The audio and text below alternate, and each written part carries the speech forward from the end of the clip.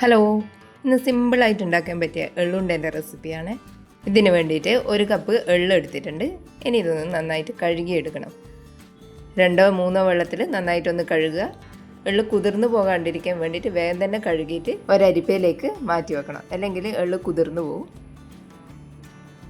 ഇനി ഈ എള്ള് പെട്ടെന്ന് തന്നെ ഒന്ന് വറുത്തെടുക്കണം. അതിന് വേണ്ടിയിട്ട് ഒരു പാന് ചൂടാകാൻ വെച്ചതിന് ശേഷം പാന് നന്നായി ചൂടായിട്ട് വേണം ഇട്ട് കൊടുക്കേണ്ടിയിട്ട്. നന്നായിട്ട് ഇതൊന്ന് വറുത്തെടുക്കുക. ഏകദേശം ഇതുപോലെ അതിൻ്റെ വെള്ളമെല്ലാം വറ്റി നന്നായി ഒന്ന് വറന്ന് വരുന്ന സമയത്ത് ഇങ്ങനെ എള്ളൊന്ന് പൊട്ടിത്തുടങ്ങും. ആ സമയത്ത് അത് വേഗം തന്നെ വേറൊരു പാത്രത്തിലേക്ക് മാറ്റിയിട്ട് ഒന്ന് ചൂട് കുറയുന്നവരെ നന്നായിട്ടൊന്ന് ഇളക്കി കൊടുക്കുക, അല്ലെങ്കിൽ ഇത് കരിഞ്ഞു പോകും എള്ള്. അതുകൊണ്ട് നന്നായിട്ടൊന്ന് വറുത്ത് കൊടുക്കുക.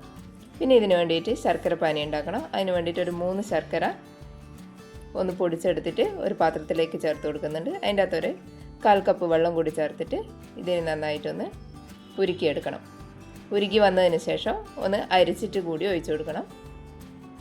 ശർക്കരയെല്ലാം കല്ലൊന്നും ഇല്ലാണ്ടിരിക്കാൻ വേണ്ടിയിട്ട് നന്നായിട്ട് അരിച്ചെടുക്കുക.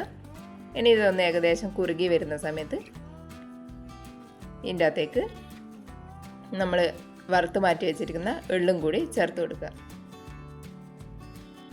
ഇനി അതിൻ്റെ അകത്തേക്ക് കുറച്ച് കടല കൂടി ചേർത്ത് കൊടുക്കുന്നുണ്ട്. കടലയോ അണ്ടിപ്പരിപ്പോ എന്ത് വേണമെങ്കിലും ചേർത്ത് കൊടുക്കാം. ഇനി ഇതെല്ലാം കൂടി നന്നായിട്ടൊന്ന് മിക്സ് ചെയ്തെടുക്കുക.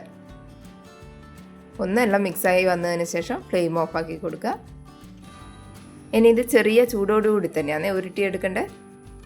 കൈ പൊള്ളാത്ത വിധത്തിൽ ചൂടൊന്ന് മാറിക്കഴിഞ്ഞാൽ കയ്യിൽ കുറച്ച് നെയ്യ് പുരട്ടിയതിന് ശേഷം ഒന്ന് ഉരുട്ടിയെടുക്കാം. ചെറിയ ചൂടുണ്ടാവും, പക്ഷേങ്കിൽ അതൊന്ന് ഉരുട്ടിയെടുക്കാൻ പാകത്തിനുള്ള ചൂടിൽ നമ്മൾ ആദ്യം ഉരുട്ടിയെടുക്കുന്ന സമയത്ത് തന്നെ അധികം പ്രസ് ചെയ്യാത്ത വിധത്തിൽ ഒന്ന് ഷേപ്പാക്കി എടുക്കുക. ഏകദേശം ഒരു ബോൾ ഷേപ്പിൽ വന്നതിന് ശേഷം നന്നായിട്ടൊന്ന് പ്രസ് ചെയ്തിട്ട് ഉരുട്ടി കൊടുക്കുക. ഇതേപോലെ തന്നെ ബാക്കിയുള്ളതും കൂടി ചെയ്തെടുക്കുക. പെട്ടെന്ന് തന്നെ ചെയ്തെടുക്കണം, അല്ലെങ്കിൽ ചൂടാറിക്കഴിഞ്ഞാൽ നമുക്കിത് പിടിച്ചാൽ ഉതിർന്നു പോവുകയുള്ളൂ. ഉരുട്ടിയെടുക്കാൻ വേണ്ടിയിട്ട് ബുദ്ധിമുട്ടായിരിക്കും. കടയിൽ നിന്നെല്ലാം വാങ്ങാൻ കിട്ടുന്നതിൻ്റെ അതേ ടേസ്റ്റിൽ, അല്ലെങ്കിൽ അതിൽ കൂടുതൽ ടേസ്റ്റിൽ നമുക്കിത് വീട്ടിൽ നിന്ന് തന്നെ ചെയ്തെടുക്കാം. വീഡിയോ ഇഷ്ടപ്പെട്ടിട്ടുണ്ടെങ്കിൽ ലൈക്ക് ചെയ്തിട്ടൊന്ന് സബ്സ്ക്രൈബ് ചെയ്യണേ. താങ്ക്